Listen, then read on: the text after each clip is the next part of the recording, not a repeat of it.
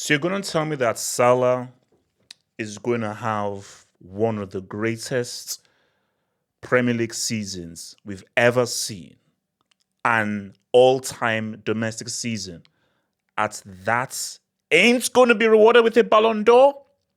Are his Ballon d'Or hopes finished?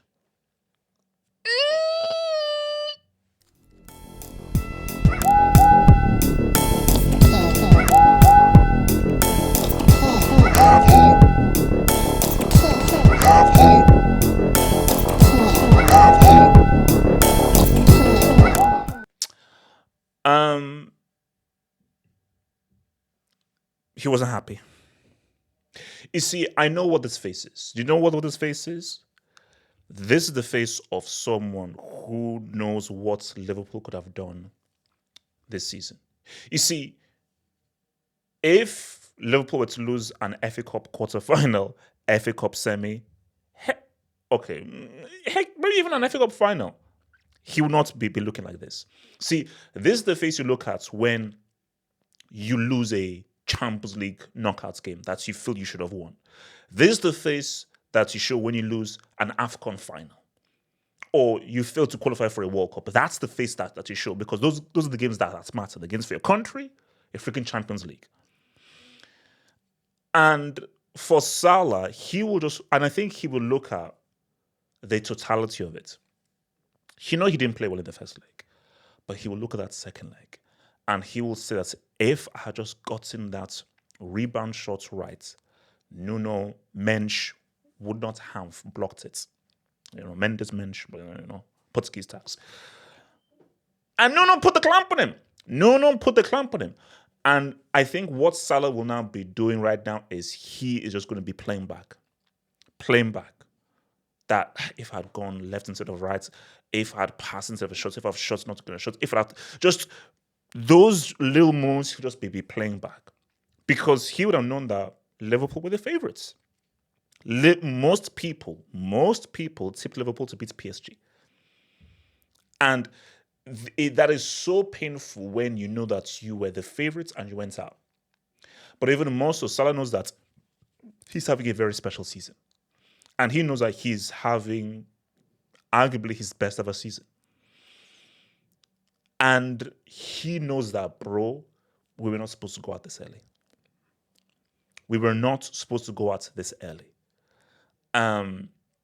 Could Salah have played better? Yeah.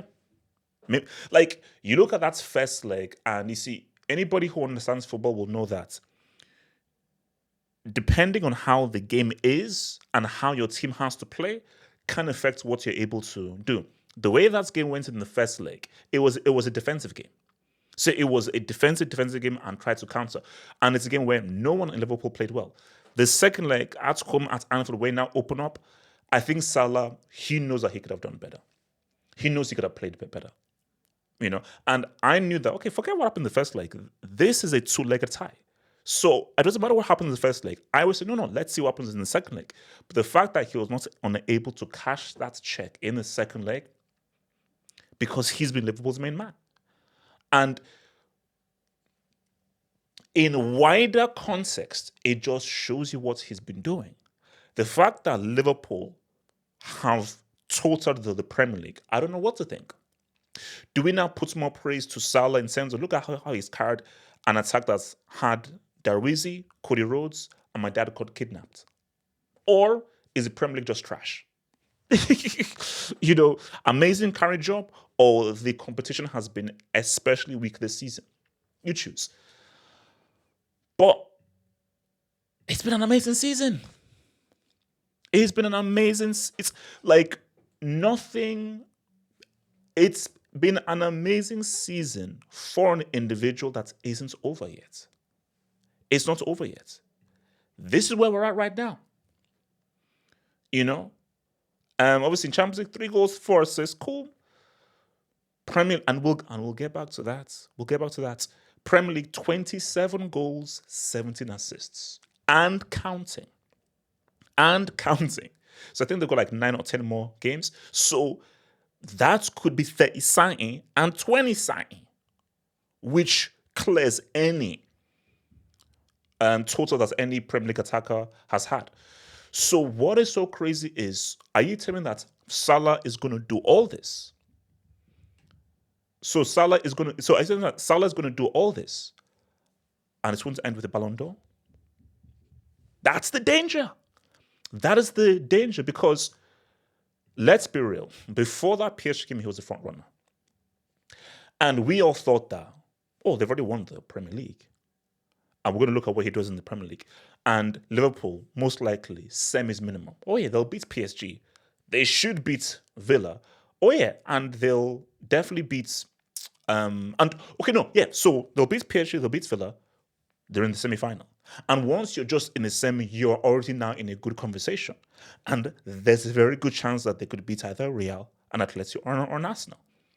And in the final, hey, I think if Liverpool made that final, they're very capable of beating anybody on the other side, whether that be a Inter, a Bayern, a Barcelona, whomsoever. So Salah was in a very strong position to win the Ballon d'Or, and he was a Ballon d'Or front runner. But this is a body blow. This is a body blow. Because right now, the context has now changed, because it's now opened up. Because there's now a very, very strong Rafinha narrative. There is a pretty strong Kane narrative, and Real are still around. Mbappe is still around, Vini is still around, Jude is still around, and you know the Real Madrid PR. And there's an Ousmane Dembele narrative as well, because he was on that same pitch as Salah, and he was the decisive goal that took it to penalties. So there are now so many other guys that could potentially now go ahead of him, because let's be real, it is a two flex. So in a season where we're not counting the Club World Cup, that's irrelevant, and there is no international tournament in the summer, it's going to be what you've done domestically and the Champions League. But the Champions League does weigh very heavy. The Champions League does weigh very heavy. Because let's be real, if not for the Copa America, that was Vini's Ballon d'Or, based purely on what he did really in the Champions League. Because remember, Bellingham was really doing that carry job earlier on in the season. So, but there is a way. There is a way. Because people because the notion is that, wait, halfway, it's done. He can't win the Ballon d'Or now because of the Barca thing. And so there is a way that Salah can win the Ballon d'Or being knocked out of the last 16. Now, that may seem impossible. But let me say I'm like Salah's lawyer. I'm his lawyer right now. And I'm saying, you know what? There is a compelling case. And this is my argument for Salah winning the Ballon d'Or in a very difficult situation we have now. Barca can't win it. Real Madrid can't win it. PSG can't win it. And I don't think Bayern can win it. It's very difficult. So outside of those, I think the next best thing is Inter Milan. So if Inter Milan somehow win it, Salah wins the Ballon d'Or. Because I just don't think the PR or the cachet of a Lautaro Martinez, a Marcus Thuram will be strong enough for the award. It simply won't be. So in that scenario, I think that your boy Salah wins it. But that's a difficult scenario because Barca look really good. PSG have just taken on a whole new life after this victory over Liverpool. You can never, ever, ever count out Real Madrid. You simply cannot.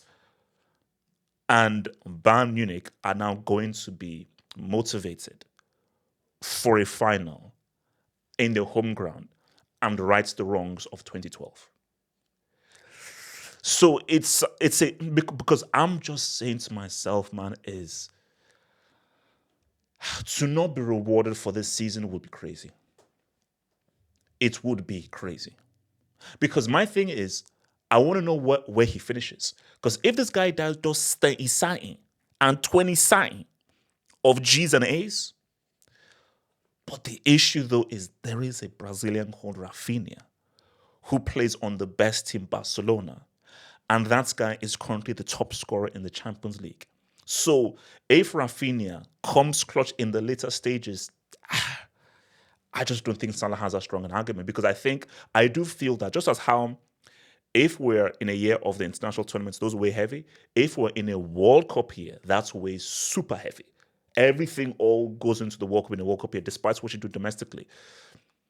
And if we don't have that World Cup or like AFCON, Euros, whatsoever, the Champions League weighs very heavy because that is the Premier competition. I'm sorry, and I mean no disrespect. No one gives a damn about no Premier League, bro.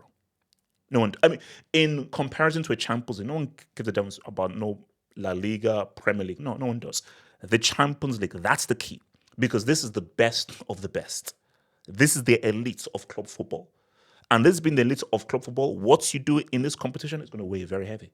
Way more than whatever you do domestically. You know, like I'm sorry, the Premier League just doesn't have that juice outside of England. It simply doesn't. So in it, like PFA Player of the Year, 100%. Salah's already won that. He's already won the PFA Player of the Year. Ballon d'Or, Player of the Year, FIFA Best. You're gonna need to give me something more domestically.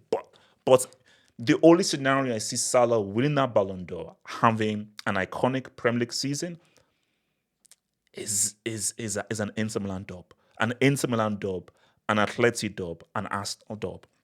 Because I don't think there's anybody from Arsenal, from Atleti, or from Inter Milan that will be able to be pushed as an individual over Salah.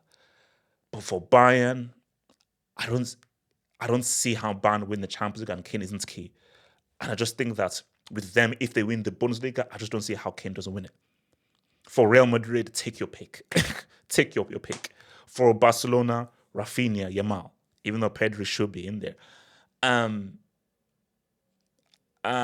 PSG, Ousmane Dembele. It's freaking PSG. It's the heart and soul and the darling of France. But we'll see. We'll see. We'll see though. But this is why we love football, because football is just so unpredictable. And you just can never predict. But I just think that it would be very hurtful and painful if Salah has a ridiculous season and doesn't walk away with the Ballon d'Or. But that's football, bro.